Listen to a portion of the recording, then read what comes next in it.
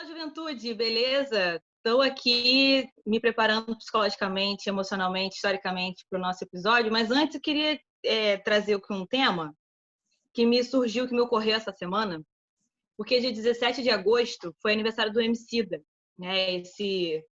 Esse grande artista contemporâneo que a gente tem a honra de viver ao mesmo tempo que ele, né? Ele tem tido uma fala muito importante sobre causas raciais, sobre arte brasileira. E mesmo ele tendo um caminho, né, musical ligado ao rap, o interessante dele enquanto artista é que ele vem estando, dialogando com outros tipos musicais, né? E no dia do aniversário dele, que foi dia 17 de agosto, ele agora participa como falante, né, como debatedor, do Papo de Segunda, que é um programa do GNT, que reúne outros nomes importantes, como Fábio Porchat e outros artistas, enfim, convidados, mas ele está como âncora, né? E aí foi muito interessante porque nesse programa fizeram vários amigos deles, né, em tempo de pandemia, fizeram vídeos pequenos cantando uma música dele que se chama Quem Tem um Amigo Tem Tudo.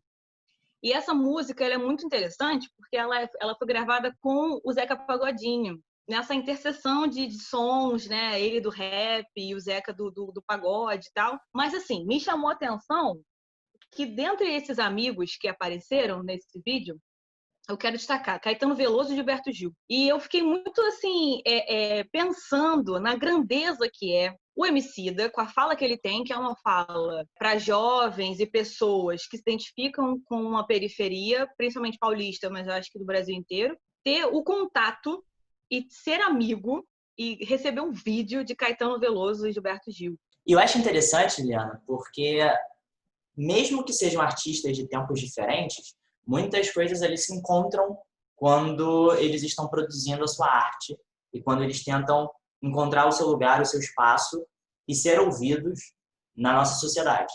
Então, Gilberto Gil e Caetano Veloso, eles produziram muito para a cultura, para a arte brasileira, para a música popular brasileira, especialmente num tempo em que as liberdades estavam suspensas.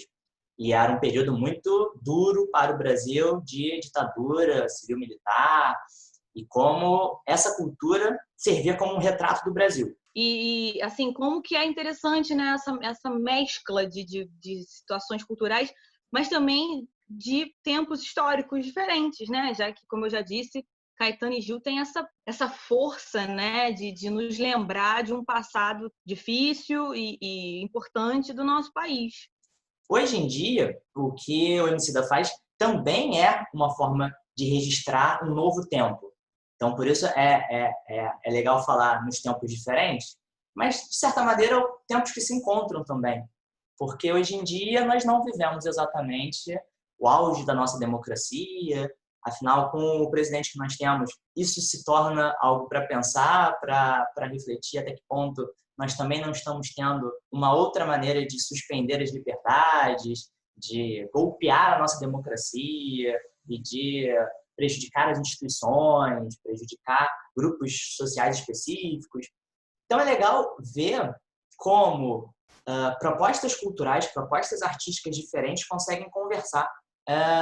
Mostram como a nossa cultura, ela, como você falou, é uma mescla, é uma mistura de ritmos, é uma mistura de pessoas, é uma mistura de histórias, porque Gilberto Gil e Caetano Veloso se identificam com uma determinada faceta do Brasil. O Emicida tem uma outra formação.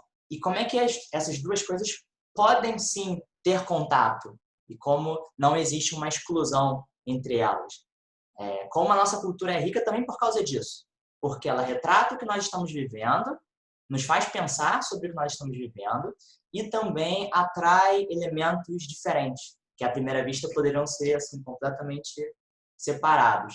E os três estão aí para mostrar que dá sim para conversar, sai música boa, sai composições, como você falou, a gente vai ficar ouvindo dias e dias, pensando, cantando. A música já acabou e está cantarolando sozinho, mesmo que não esteja tocando. Exato, eu acho isso muito importante, assim, como expressão de um tempo, né? Achei muito bonito que vários amigos do Emicida, nesse vídeo de aniversário, falaram que era um prazer conviver no mesmo tempo que ele, né? ser contemporâneo a ele, pela luta que o Emicida tem falado, e ele é um cara muito inteligente. E pensando nisso, assim, ele é a expressão de um tempo. Ele está falando para uma galera, ele está falando para um grupo, ele está falando de um contexto. E como que isso é importante, né? Porque seria muito legal se a gente conseguisse ter noção de quem é que consome as músicas dele, né? Como que essas pessoas estão recebendo esse material nas suas vidas, né? Porque eu fiquei impactada. Você trouxe a sua visão sobre isso, mas será que está todo mundo conseguindo ter contato com isso também, né? Acho que fica essa reflexão. Até porque o consumo vai ser muito variado e impacta a gente por conta do que essas músicas retratam sobre o Brasil e como a gente vai ler, vai recebê-las. Mas, por exemplo, se se a gente for perguntar para algum negro ou negra que tenha vivenciado uma realidade muito próxima do que o Emicida demonstra, e ele critica, e ele questiona, o significado do impacto vai ser outro. E, nesse sentido, é muito interessante ver como é que a arte gera esse impacto, gera essa recepção muito emocional em nós, para que a nossa reflexão não fique só no campo racional. Claro que é importante e tal, o que a gente racionaliza é fundamental para mover o que a gente vai fazer, mas nós, como seres humanos, também somos movidos por nossas emoções. E são elas que nos deixam indignados, que nos deixam felizes, que nos deixam contentes, solidários uns com os outros, propondo mudanças para o futuro, insatisfeitos com o que está rolando. E, nesse sentido, trazer pessoas, músicas diferentes, de ritmos diferentes, também mexe com a gente, no sentido de ver como é que essas produções não seguem um padrão. E como é que dá sim para colocar rap com MPB, com rock, com pagode, com forró, com sertanejo, com funk, com o que quer que seja. Porque o importante é fazer arte e ser recebido cada um de acordo com a forma como essas músicas vão impactar em nós. Isso aí. Então, pensando nesse tema, acho que para dar um certo pontapé inicial, eu sou Juliana Sabatinelli. Eu sou Igor Pires. E esse é o Sintonize.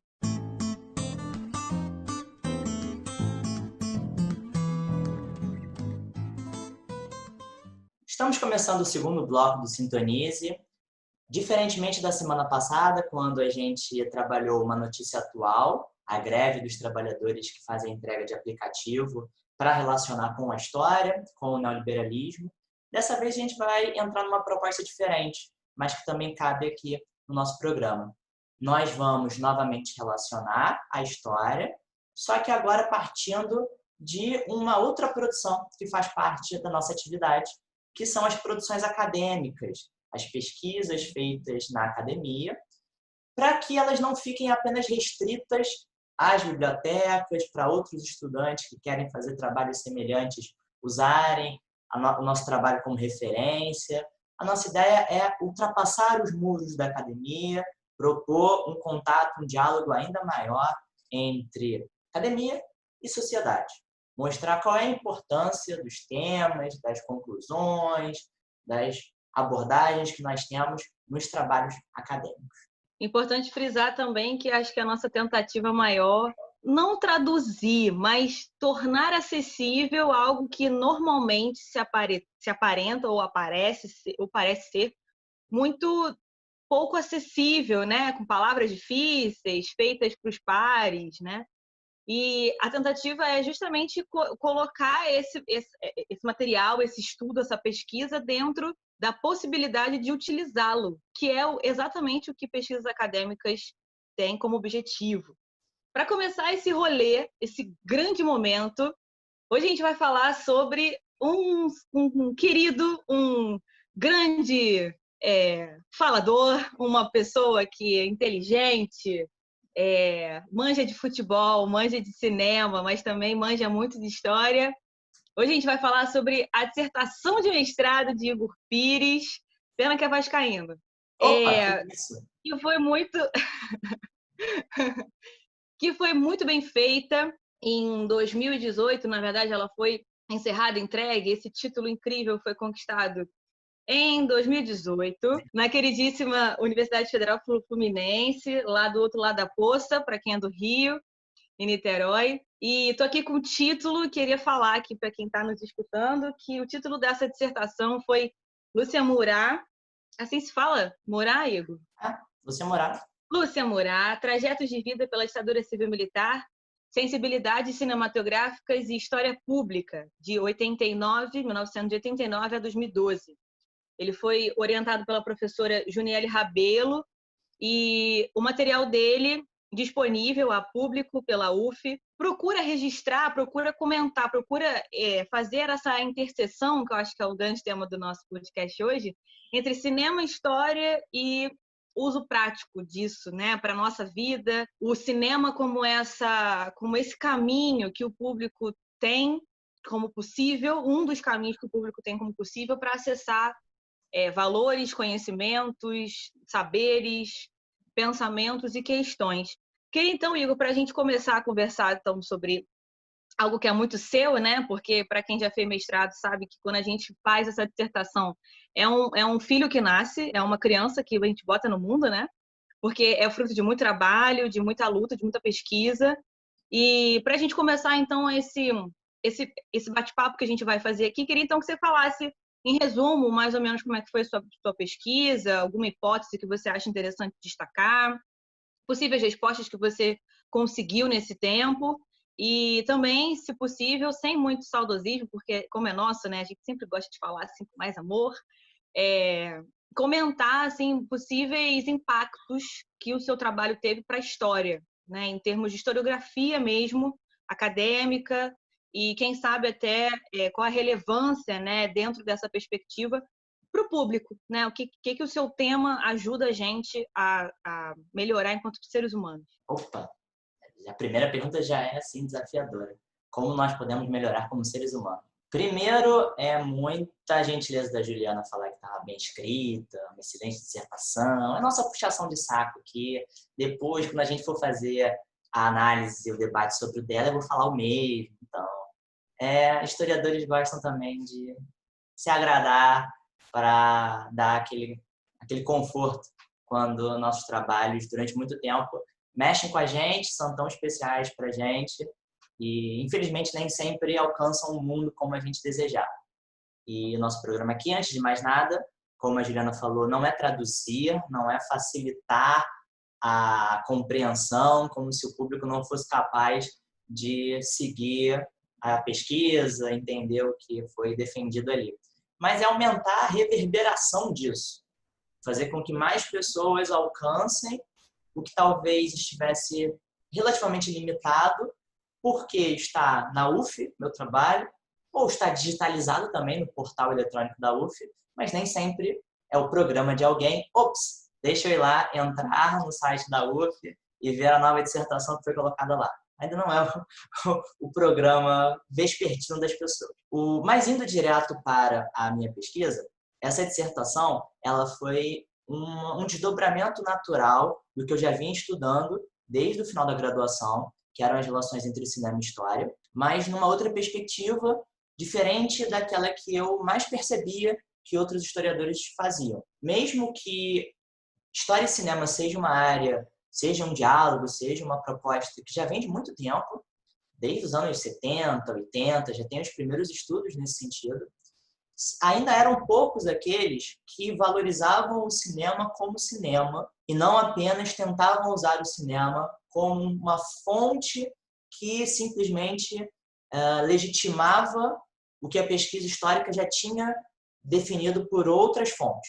Claro que o cinema pode ser usado como uma fonte, pode ser usado como material que nos embasa, que nos ajuda a ter pensamentos, que sustenta os nossos argumentos, que fazem com que a gente verifique na sociedade o que aconteceu, o que não aconteceu, representações, conflitos, disputas entre os grupos sociais, mas também o cinema ajuda a construir essas disputas sociais, essas disputas narrativas, ajudam a formular a mentalidade das pessoas, ajudam a formular conjunturas históricas.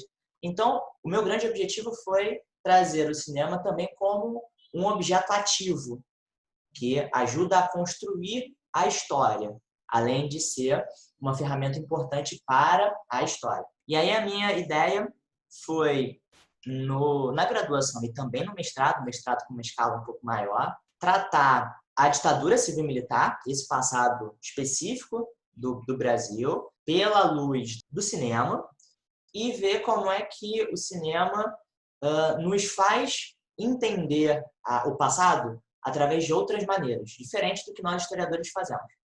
No primeiro bloco, eu falei um pouco ali do lance racional, emocional.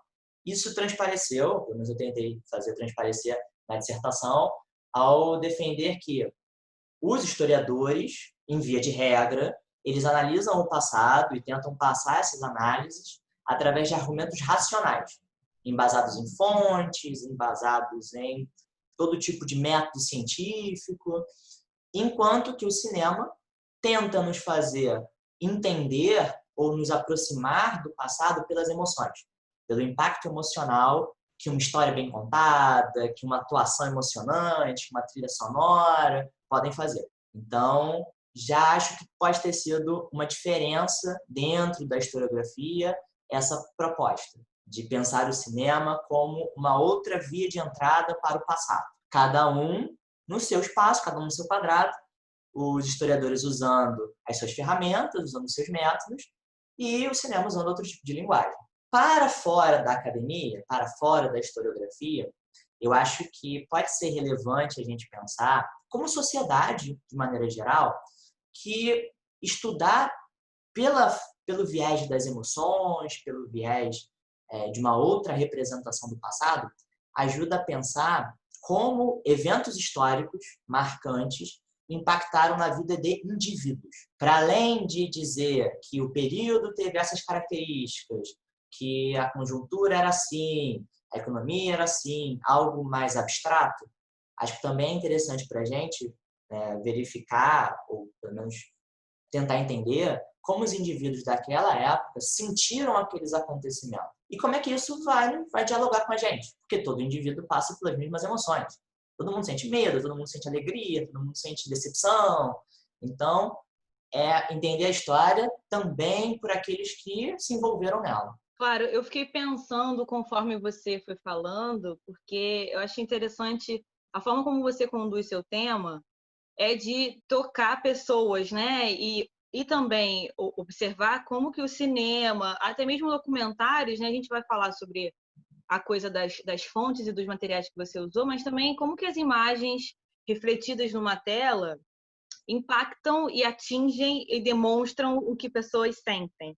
E eu peguei um trechinho aqui, parafraseando você mesmo, da sua dissertação, que você diz que o cinema é um agente histórico ativo. E eu fiquei pensando que, se a gente voltar um pouquinho lá atrás, né, um pouquinho é um pouco fofo da minha parte, se a gente for retornar assim no nosso passado de mundo ocidental, eu fiquei pensando que em determinados momentos da nossa história, por exemplo, na Roma Antiga, esse Estado usou muito da política do pão e circo para dominar, né, para atingir a população. Evidente que eu estou fazendo uma comparação com um gap espacial, tecnológico absurdo, mas eu queria tentar, assim, trazer aqui para a gente refletir, né, como que o que você chama e o que eu acho que as pesquisas chamam o cinema de sétima arte pode funcionar como esse agente transformador social, né, passando valores, passando questões, talvez como você trata, né, no início da sua dissertação, né, esse cinema,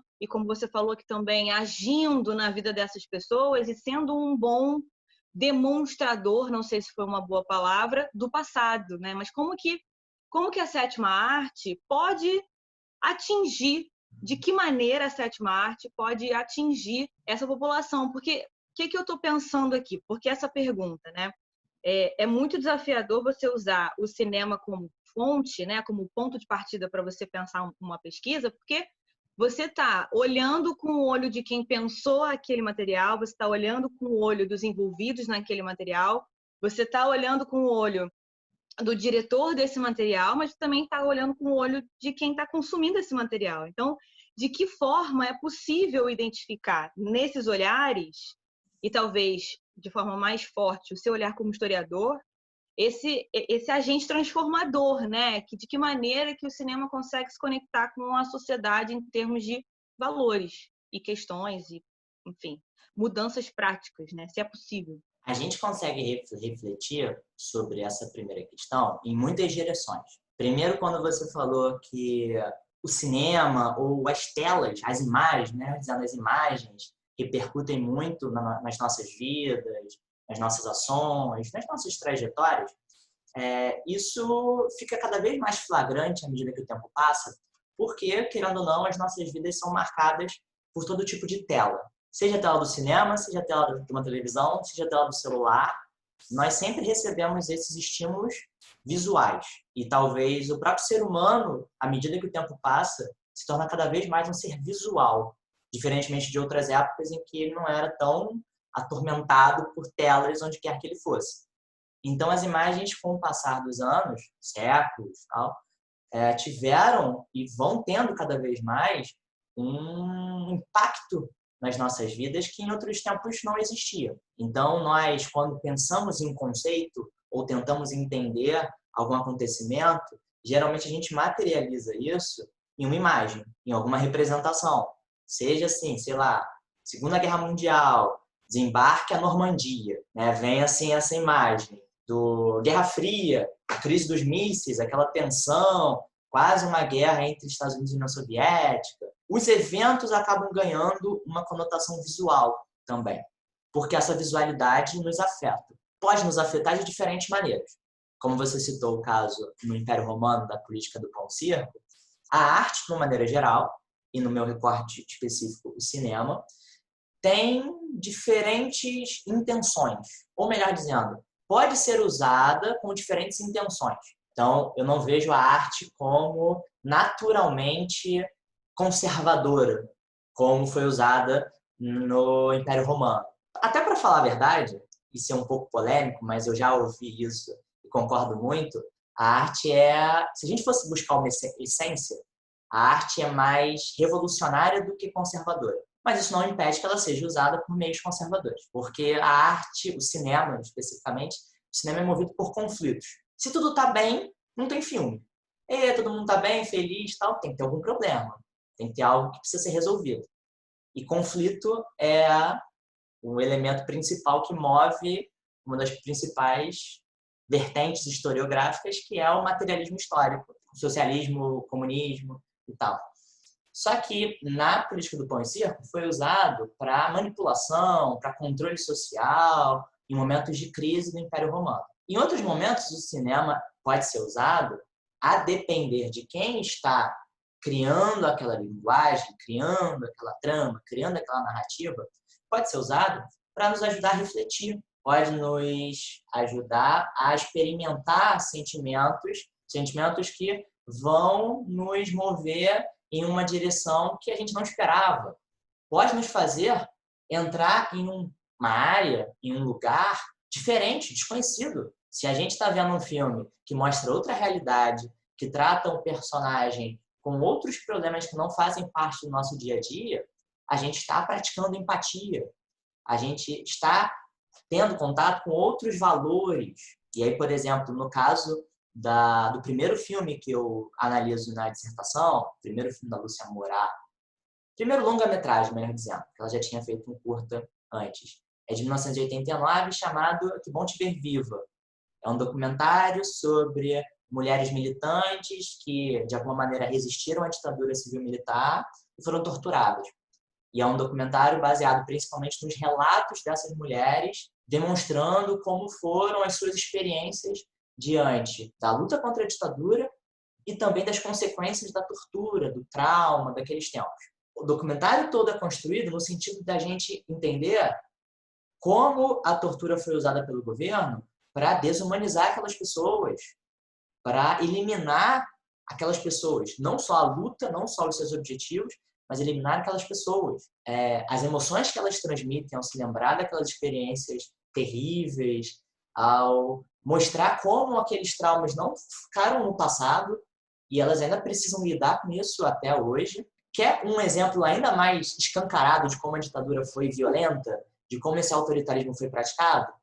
Muito mais do que a gente ouviu o professor dizendo, olha, teve tortura, e descrever os métodos de tortura, se a gente vê alguém relatando como foi aquilo, o impacto é diferente. Não vou dizer que é melhor, porque a gente está comparando coisas diferentes, mas o impacto é de uma outra natureza.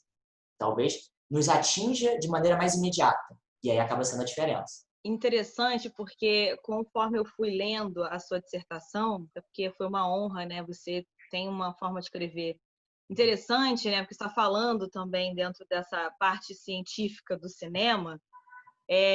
Eu tive a curiosidade de olhar esse documentário que você comentou já e que está disponível pelo YouTube. Por se tratar de mulheres que foram torturadas e que foram recolocadas na vida social, né? E que lidam com os traumas, como você falou, me chamou a atenção porque a gente sabe que boa parte dessas violências de tortura que eram feitas com as mulheres tinha apelo sexual. Então eu fui ver esse documentário e eu posso dizer que é um documentário difícil de se lidar, porque eu, como mulher, entendo o que elas estão vivendo, mas, para além disso, me veio uma curiosidade que aí depois como você usa esse documentário como ponto de partida, né? E depois você usa outros filmes que têm relação com o tema, mas que também, às vezes, têm questões subjetivas da diretora, mas também dos companheiros próximos ou de pessoas que ela quis tratar naqueles filmes. Eu fiquei pensando o seu desafio enquanto historiador de passar por cima dessa subjetividade, né? Porque trabalhar com memória é você ter a noção de que aquilo que está sendo mostrado tem um objetivo, mas que tem a subjetividade de quem está construindo ali por trás também. É evidente que aqui está dado de que violência por tortura está errado e a gente está aqui condenando isso, não importa se é com homem, se é mulher, com criança, a gente está condenando. Mas o ponto aqui é que, enquanto historiador, e que ainda se precisa de uma certa neutralidade para fazer um discurso, né? O quão desafiador eu imagino que tenha sido, por ser historiadora também, por saber que lidar com isso mexe com as emoções, como você está dizendo, quão desafiador deve ter sido para você passar por cima dessas visões, né? Mais uma vez, esses olhares, para construir o seu discurso, né? Você usa outros filmes, outros materiais, então queria também que você falasse um pouquinho sobre eles, mas a minha pergunta gira em torno de como que você conseguiu usar desses materiais com uma leitura histórica para construir as suas questões e para responder as suas hipóteses também, né? Só para detalhar um pouco mais, e para a galera que estiver ouvindo não ficar perdida, eu usei 4 filmes como norte para o meu objetivo, para a minha hipótese de fazer uma biografia, vamos colocar assim, entre aspas, cinematográfica da diretora, porque ela fez parte do movimento estudantil, fez parte de movimentos de resistência armada contra a ditadura, dissidência da Guanabara, depois esse movimento deu origem ao MR8, um dos mais conhecidos, um dos mais citados até hoje movimentos de luta armada. E depois da redemocratização, depois das experiências traumáticas que ela viveu, ela se tornou diretora. Ela teve uma leve formação de jornalismo, né, por conta do marido, mas o seu interesse maior e a sua atividade primordial até hoje é a direção cinematográfica. E aí, além do Que Bom Te Ver Viva, documentário de 89, inclusive no título O Recorte, que a Juliana falou, cronológico, 89 a 2012, é o período em que ela fez o primeiro filme que eu analiso até o último que eu analiso. Então, é O Que Bom Te Ver Viva, o primeiro, depois o Quase Dois Irmãos, Uma Longa Viagem e A Memória que Me Conta. 4 filmes, até então, na carreira cinematográfica dela, que mais se relacionavam com o meu objetivo. Ela fez outros, inclusive outros que se conectam com temas históricos, mas em relação à ditadura civil-militar e às suas experiências, eram esses 4. E é interessante esse questionamento da subjetividade, dos diferentes olhares, porque já começa por aí, no primeiro filme que eu escolhi para analisar, e o recorte de ter escolhido essa diretora especificamente, de outras possíveis, porque já começa daí, né?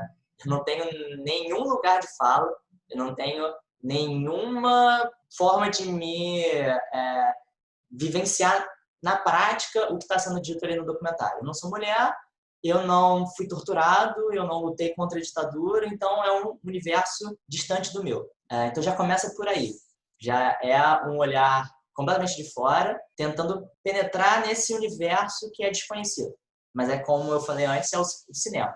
É o que o cinema permite a gente fazer. E eu acho que é interessante a gente, muito mais do que negar essas subjetividades, é reconhecê-las. Dizer que, por mais que nós, historiadores, busquemos uma objetividade, uma verdade, entre aspas, histórica, uma verossimilhança, é um recorte específico, por que não subjetivo, do que nós fizemos.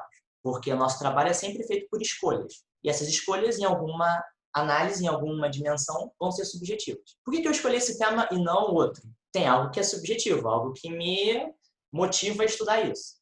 E não dá para explicar racionalmente. Por que você escolheu estudar ditadura e não Vargas? Racionalmente eu não vou saber dizer por quê. Um tem mais material do que o outro? Não, mentira. No Vargas também dá para encontrar muito material, muitas fontes.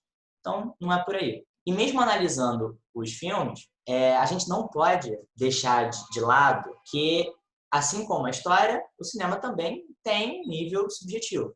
Talvez no cinema isso fique mais escancarado, porque o diretor que mexe com as nossas emoções, é uma pessoa construindo a sua visão sobre aquilo, não tem o objetivo de recontar o passado de maneira extremamente fidedigna.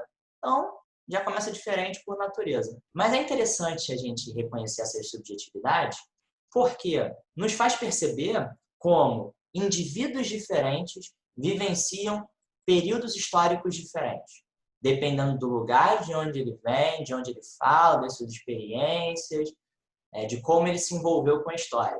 Quem for consumir, quem for assistir a esses filmes, também vai ter o seu próprio olhar subjetivo, dependendo das suas próprias experiências. E é interessante ver como é que a história, então, por mais que ela, sim, possua esses elementos que não tem como questionar, mesmo que alguns questionem. Sabe-se lá como, tem alguém que questiona. Por exemplo, é um dado concreto. Houve tortura. Não tem como relativizar isso. Só que nós, nos deparando com esse tema, vamos presenciar, vamos encontrar experiências diferentes sobre isso. Então, as mulheres que foram torturadas têm essa experiência. Se a gente fosse falar dos militares torturadores, existiria uma outra experiência por aí, existiria um outro envolvimento com aquilo. Ou a pessoa na sociedade que está completamente away e não se envolve em política, não discute sobre isso, também teria uma outra experiência daquele período. Então, acaba tornando ainda mais evidente que essa subjetividade não é para a gente dispensar, mas é ter o cuidado de ver, aqui é a Lúcia Murat, nesse filme, passando a experiência dela. Então, é como se fosse um estudo também de história de vida. É a trajetória dela. O filme tenta nos passar essa emoção, tenta passar esta ideia, mas você tem todo o direito de experimentar o filme de outra maneira e sentir outra coisa, pegar outra ideia daquilo. Então, são subjetividades que se encontram, né? E não se descartam. Pensando nisso, né, quando você fala sobre subjetividade que se relacionam, acho que a última questão que eu tenho para você, pensando no seu tema e querendo pensar aqui como que o seu trabalho dialoga com a nossa vida prática, ainda nesse tema das subjetividades, você também cita, acho que logo no finalzinho do seu trabalho, como que qualquer obra apenas se sustenta, e aí estou te parafraseando aqui, no tempo se desperta interesse pelas audiências, que se debruçam sobre elas e não a consomem passivamente. Parte do que a gente está conversando aqui, a grande proposta desse tema é justamente entender a aplicação do cinema na perspectiva histórica na sociedade. E você comenta que essas obras elas só se sustentam porque despertam o interesse das audiências. Eu fiquei pensando que o seu trabalho também gira em torno de como que o público recebeu, criticou. De uma certa maneira, você tem esse interesse, né? Ali concluindo já um pouco do seu trabalho, mas também quando você descreve os filmes ou chama atenção para determinados tópicos que na tua pesquisa foi interessante para tuas hipóteses, e eu fiquei pensando o quão desafiador é você entender a recepção do público, né? Porque se a gente pensa, sei lá, num jornal, é possível você pegar quantas tiragens, quantas vendas tinham, sei lá, nos anos 90, e você tem uma noção se esse jornal está sendo consumido ou não, né? Estou falando isso porque eu trabalho com jornal no século XIX, então é uma forma fácil, quer dizer, menos difícil, de você entender se o jornal foi bem aceito ou não. Agora, como que se faz isso com o filme? Em se tratando de um material que, sei lá, como que a gente vai medir a aceitação desse público, né? Como é que você sabe que o filme deu certo ou não? É o lucro que aquela bilheteria tem? Quantos, sei lá, materiais produzidos foi consumido? Se a gente está pensando nos anos 90, 2000, 2012, a gente ainda estava naquela era da blockbuster, como foi falado no outro episódio. Então, como que você, assim, um pesquisador, historiador de cinema, consegue mapear a aceitação do público, né? Porque eu fico pensando assim, você teria que parar em frente de uma sala de cinema perguntando um por um o que cada um acha, que cada um vai receber de uma maneira diferente, porque subjetividade é algo muito específico. Mas assim, como é que você sabe o alcance desse filme e como que a sociedade recebeu, né? Porque eu, Juliana, e aí eu vou talvez fazer um relato subjetivo aqui, eu não conheço muitos diretores, mas eu conheço os filmes. E esses 4 filmes eu conhecia apenas Quase Dois Irmãos, porque eu já tinha ouvido falar em sala e em debate sobre ditadura, e eu escutei ali muito. Mas assim, entende? Não que eu seja um bom parâmetro, mas a minha pergunta é como saber de forma prática e em termos de pesquisa, já que fazer pergunta para cada espectador é impossível, se esse filme foi bem aceito, como ele foi consumido pela sociedade. Vamos lá. É um desafio. Já começa por aí. É algo que desperta o interesse de muitos pesquisadores, não só de história, mas da comunicação, do cinema, como tentar avaliar a recepção. E nem tanto a aceitação ou negação do filme, mas que impactos esses filmes geraram nas reflexões, nas discussões, ou até na própria sociedade, de uma maneira geral. Enquanto eu escrevia a dissertação, não era o recorte principal pensar na recepção, mas, ainda assim, para amarrar o trajeto que eu pensei, também teve um espaço ali para tentar investigar a recepção. Então, eu começo falando do contexto histórico em que cada filme se localiza, nos anos 80, 90, 2000, em termos de situação política e relação daquele tempo com a ditadura, que é o tema essencial ali. Então, 89, por exemplo, na ditadura, a ditadura tinha acabado há pouquíssimo tempo, então ainda estava muito fresco, né? Todo aquele debate sobre como foi a abertura política, temos que julgar os torturadores ou não, aqueles arquivos serão abertos ou não, os familiares, as vítimas vão ser reparados de alguma maneira por terem perdido parentes, amigos, enfim. E aí, em outros períodos, governo FHC, governo Lula, governo Dilma, iniciativas para debater aquele passado.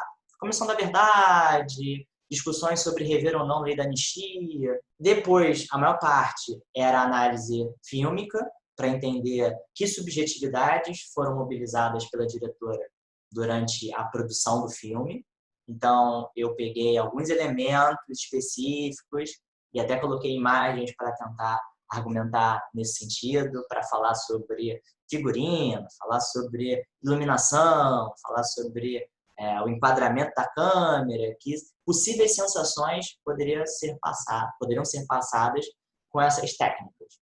Claro, poderiam, porque, olha a subjetividade, é a minha subjetividade analisando aquele filme. A Lúcia Moral poderia ter outra coisa, né? Outra intenção.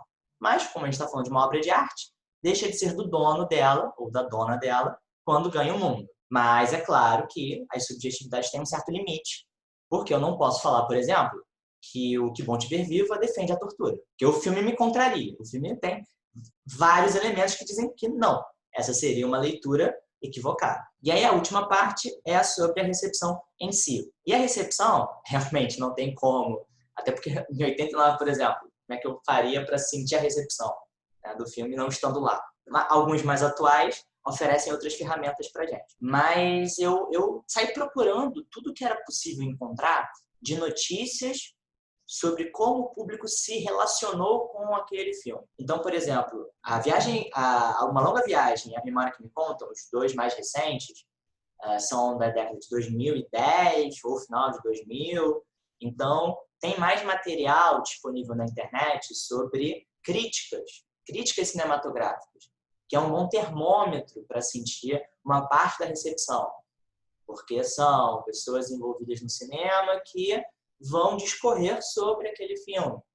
E aí dá para sentir algum impacto que ele teve junto a uma parcela da sociedade, mas não é uma parcela completa, que são apenas os críticos. Aí, indo mais a fundo, dá para encontrar no Quase Dois Irmãos e no Que Bom Te Ver Viva, dá para encontrar trabalhos acadêmicos sobre eles.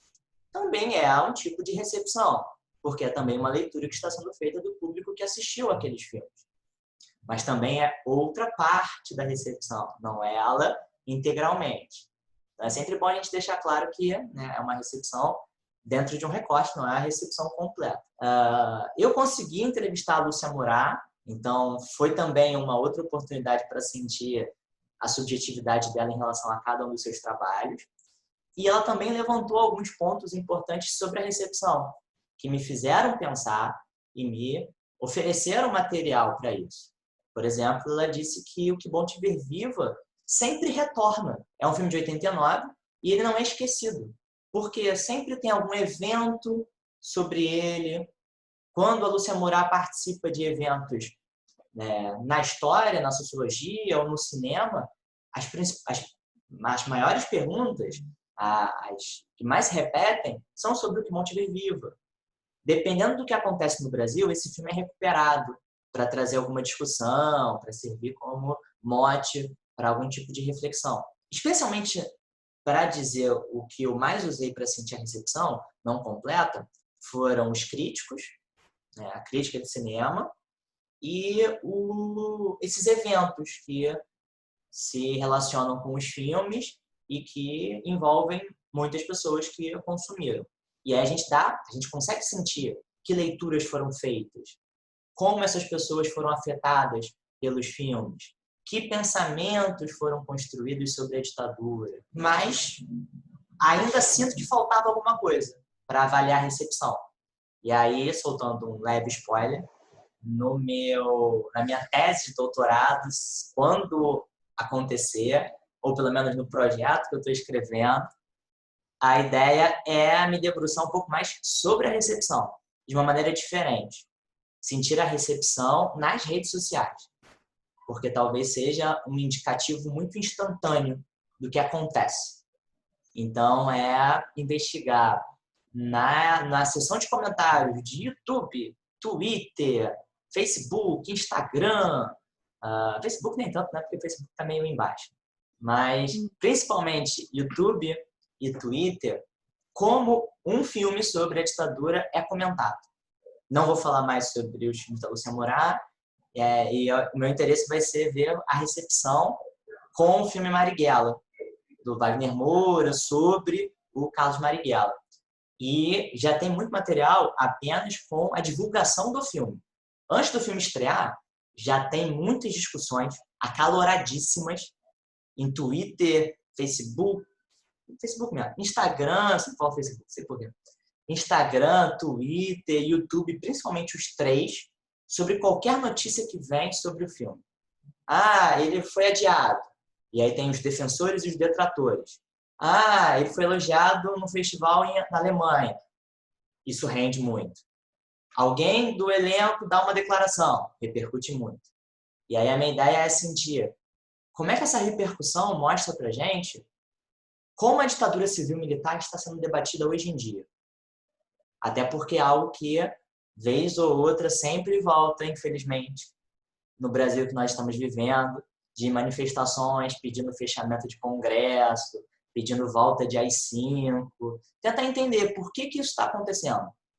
E aí é algo que mexe diretamente com a nossa vida, porque influencia no tipo de governo que nós temos, influencia nos nossos direitos, influencia nas relações sociais, influencia em tudo que faz parte da nossa vida em 2020, nos próximos anos. Que bom, excelente, gostei desse spoiler, sempre muito importante saber que as pesquisas não vão parar em tempos tão sombrios. Acho que temas como esse são altamente necessários, mas também puxando sardinha para o nosso lado, né? Porque além de historiadores, nós somos professores. Acredito que, para além de toda a importância emocional, afetiva que você quis trazer, né, para o cinema dentro da sociedade, acho que o grande barato da sua pesquisa é a gente ter a possibilidade de carregá-la para dentro da sala de aula, né? E também da valorização que você está dando para esses materiais como materiais de aula, materiais de estudo, material que a gente pode projetar numa aula sobre censura e ele ser o grande desenvolvedor daquele tema, né? Assim, quão é importante botar, né, esses recursos, mostrar esses recursos na prática para que professores e alunos e alunas tenham acesso a esses materiais e consigam construir aulas mais produtivas, mais criativas, talvez mais reflexivas, para que a gente possa tornar esse tema falado, né? Porque, como você muito bem comentou, eu acredito que por que essas memórias voltam, né, sobre a ditadura e esse desejo pelo fechamento de Congresso, AI-5, por que essas memórias voltam é que a gente tem que falar sobre elas, porque elas talvez não estejam tão curadas assim, né? Se a gente for fazer uma comparação com outros países que tiveram problemas parecidos, né, de genocídio de Estado ou crimes de Estado, parece para nós aqui de fora, né, para a gente estar aqui da nossa perspectiva, que esses temas foram resolvidos, né? Tem um museu, um memorial, tem uma data em que toda a população se mobiliza em torno daquele acontecimento, e aqui a gente não tem. Torturadores foram presos, né? Assim, também sabem, assim, a população sabe aonde esse torturador mora, então cobra de uma certa maneira essa justiça, mas a gente não sabe, né? A gente não lida bem com essa memória, né? Nosso dia do golpe nem feriado é, porque ainda tem disputa por memória, né? Se é 31 de março ou 1º de abril, porque 1º de abril é dia da mentira. Então, até a nomenclatura, né? Até a nomenclatura, quem não aceita que se diga que é golpe, é revolução, em outros países isso é impensável. Exato. Então, o quão importante o tema do seu trabalho em termos de contexto. E aqui fica um reclame, um conclame, para que a gente fale sobre isso, não só quando chegar o 31 de março, 1º de abril, mas que esse tipo de assunto seja atemporal, né? E que ele esteja presente na nossa fala, tanto enquanto cidadãos que somos, mas também como historiadores e principalmente como professores. E alunos que não deixamos de ser, né? Porque se a gente está trabalhando, estudando, a gente está sempre nessa posição. E como você falou sobre a importância também em sala de aula, de passar isso para os alunos, de, por acaso, colocar, exibir um filme histórico, não apenas sobre a ditadura, mas sobre qualquer outro tema histórico, vem o cuidado, claro, nós temos que ter cuidado com a forma como nós exibimos esses filmes, e também de conduzir as reflexões dos nossos alunos sobre, né, que direções esse filme pode apontar. Então, tem algumas coisas que nós não podemos esquecer de comentar e que na sala de aula precisam ser enfrentadas. Então, por exemplo, até de ordem prática. Vou passar o filme inteiro? Dá tempo? Ou, se não dá tempo, eu vou fazer uma edição, né, e eu mesmo vou montar o filme de outra maneira. Aí o Igor, que também adora cinema, vai reclamar. Professores que estiverem ouvindo, não façam isso, por favor. Uma dica, não façam isso. Porque aí você está construindo outra coisa. Não é mais o filme. É outro impacto, é outra sensação que você vai dar neles. Vai o bom e velho, peraí, deixa eu ver aqui quantos minutos. Do minuto 5:15 até o minuto 8:44. Passa isso, pausa, muda ali no cursor, faz assim. Porque editar um filme que já foi editado vai criar outra coisa. Vai remodelar o que é esse filme. Também a gente não tem como passar o filme pronto. Pronto, passei o filme, cada aluno que se entenda aí com o que viu, entenda como quiser. Não. Isso exige uma discussão, exige um debate, exige ter o espaço e o momento para realizar esse debate, sentir como cada aluno experimentou aquele filme, levantar coisas que os alunos não perceberam e ter essa discussão. Até porque eles são bombardeados o tempo inteiro com a história vindo de outros lugares. O historiador e o professor não podem fugir disso.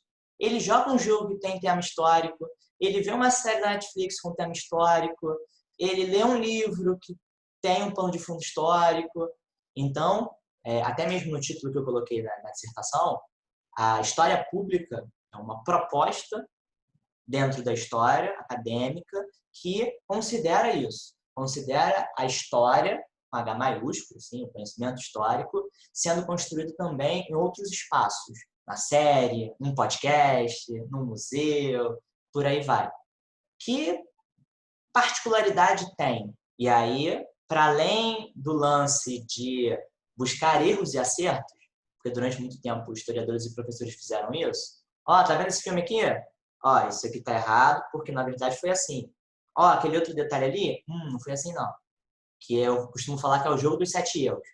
Bota um filme para achar defeito. Então não coloca o filme, né? Para além disso, é tentar entender por que o filme foi feito assim. O que nós ganhamos ao assistir um filme que foi feito dessa maneira? Diferente, por exemplo, da forma como os historiadores estudam algum tema. É isso, acho que eu fico assim até meio sem palavras, porque é muito. É sério, mas nem é porque a tua pesquisa é muito interessante e atual e utilizável para o mundo, não. Mas é porque a quantidade de coisa que a história produz, a pesquisa produz, que a gente pode usar dentro de sala e às vezes isso não é falado, isso não é acessível ao público, né? E quão importante está sendo você ter esse lugar aqui para se expressar, para dar essas dicas, para nos abrir os olhos para que as pessoas mudem, né?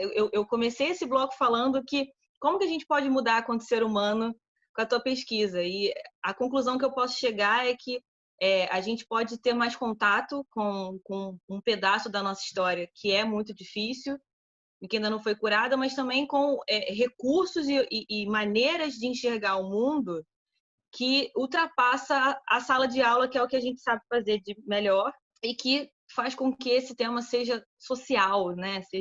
Seja possível para ambos, que, sei lá, se alguém que não está nesse mundo que a gente transita, eu e você aqui, estiver ouvindo isso que a gente está falando, a pessoa vai entender. E fechando esse bloco, na tentativa de ser positivo, acho que eu queria te agradecer, assim, por ter falado de forma tão tranquila e tão aberta e tão humana, né, de algo que é difícil, mas de algo que é acessível, né, e que assim, dessa maneira que a gente possa aproximar essas pesquisas, esses debates, esses pensamentos das pessoas, para que as pessoas não repitam informações e sim sejam reflexivas sobre elas. Eu acho que é a nossa tentativa, tanto como professor, como historiador, mas também como seres humanos cidadãos que somos, seres políticos e pensantes. Vamos ajudar a criar pontes e não barreiras. E ponte é para a gente se conectar sempre. É isso aí.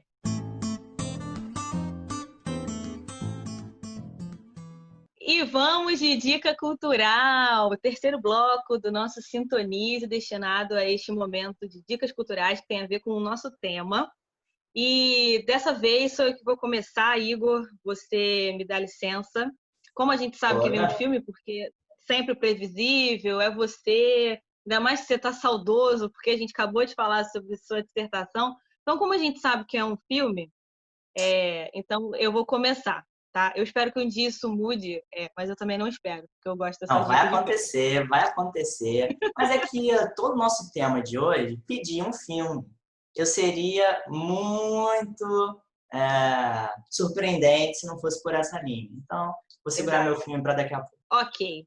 Se bem que assim, eu não posso falar muita coisa não, porque é embebida desse tema, arte, cultura, e que está, né, transitando nos blocos. A minha dica cultural é um documentário chamado Uma Noite em 67. Esse material está no YouTube, ele é um documentário de 2010. Não vou me lembrar do diretor, peço desculpas, mas é um documentário que traz principais apresentações do Festival de Música Popular Brasileira de 67, que passou na TV Record. E esse festival ele é muito importante porque ele consagrou nomes da nossa música, como dito nesse podcast já. Caetano Veloso, Gilberto Gil, Geraldo Vandré, também cantor, Roberto Carlos, Chico Buarque com o grupo Roda Viva, e também traz o Nelson Motta, que nessa época era juiz desse festival.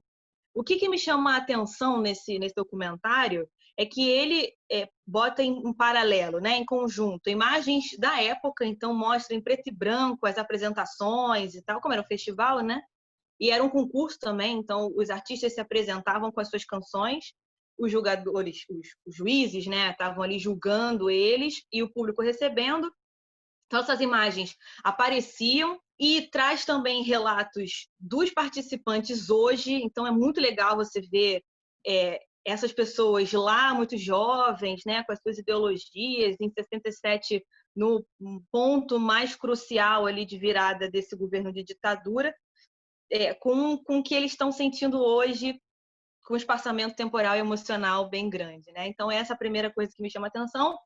Mas a segunda coisa que me toca muito é que, como era um festival, ele foi televisionado, a gravação dele tinha público. Então, é muito legal você ver como que as pessoas recebem a música, né? As pessoas cantando junto, com a revistinha do lado para ler a A letra. reação é tudo. E a reação é tudo. E assim, como que as câmeras, né, que gravaram esse momento fizeram questão de mostrar, às vezes, um grupo de meninas que tinham um crush no Chico Buarque, que eu duvido que tenha mudado muito, porque esse homem é tudo, chorando porque ele estava cantando Roda Viva.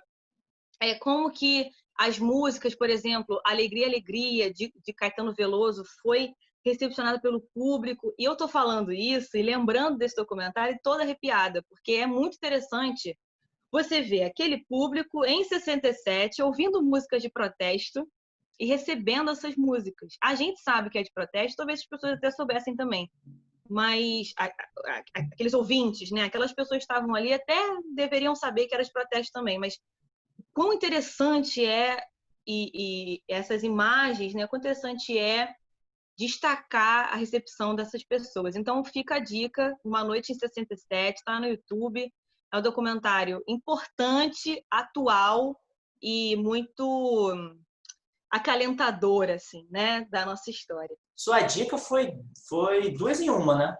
Dois em um. Documentário e música. Dois Verdade. em um. Tem Mas isso. até que puxa a nossa conversa inicial no primeiro bloco. Sobre arte, sobre música, sobre encontro da música com as pessoas que escutam, a importância social da música. E, além de tudo isso, trazendo um pouco de volta o que a gente comentou no segundo bloco, também é algo que dá para ser usado em sala de aula. Então, é um documentário retrato de uma época em que a gente pode falar muita coisa sobre aquele período, pré-AI-5, um ano antes, e ainda por cima também um recorte do estilo musical daquele tempo, com tantos personagens diferentes que se apresentavam, que participavam desse festival, e como a música atinge de uma maneira tão imediata o público. Então, é até legal também ver, né, a reação, como você falou. O documentário se preocupa em mostrar como o público está se relacionando com aquilo. Então, é sensacional pensar. E naquele tempo, então, tem cada música extraordinária, né? Com certeza, é uma viagem, né? Essas músicas também levam a gente para outro lugar, né? Que é esse lugar da música e das sensações, falando de emoções, como você muito bem tratou. Mas manda a sua, o que você manda pra gente de filme? Antes do meu filme, para criar alguma expectativa, podem ter alunos que sempre falam que quando vocês vão citar uma música de protesto, sempre vem Cálice, Alegria, Alegria. Mas, pô, como é que não vamos falar dessas músicas? Além da importância delas, pô, são músicas sensacionais. E as novas gerações sempre precisam ouvir. Se a gente deixar de lado, elas correm o risco de ficarem, né, pouco valorizadas. Mas a minha dica também vai ser, olha um plot twist aí, 2 em 1. Porque nós temos duas formas de encontrar a dica que eu vou passar hoje aqui. Vou começar na ordem cronológica a minha dica é uma história em quadrinhos. Começa como história em quadrinhos, depois se torna uma animação. Dentro muito do que a gente comentou no bloco anterior, sobre a história em outros lugares. E como esses outros lugares ajudam a contar a história, ajudam a difundir cada vez mais reflexões, pensamentos, o nosso envolvimento com a história. A animação é Persépolis, escrita por Marjane Satrap, e é mais ou menos uma história autobiográfica, né? De uma menina com os seus 10 anos vivendo no Irã e percebendo, vivenciando as mudanças históricas que aconteceram no seu país, quando em 1979 o Irã é sacudido por uma revolução islâmica. E aí ele se transforma completamente de um país com muito contato com o Ocidente, né, com relações econômicas, culturais, diplomáticas com os Estados Unidos. De 79 em diante, vem um governo teocrático, fundamentalista, que muda não só a política, mas também os costumes sociais. E é importante falar porque, especialmente no caso dela, pelo olhar dela, uma mulher no Irã sente isso de uma maneira muito significativa. Então, são os direitos que elas perdem, a liberdade que é tolhida, novos hábitos que são impostos, como o uso do véu, talvez seja um dos primeiros que nós lembramos.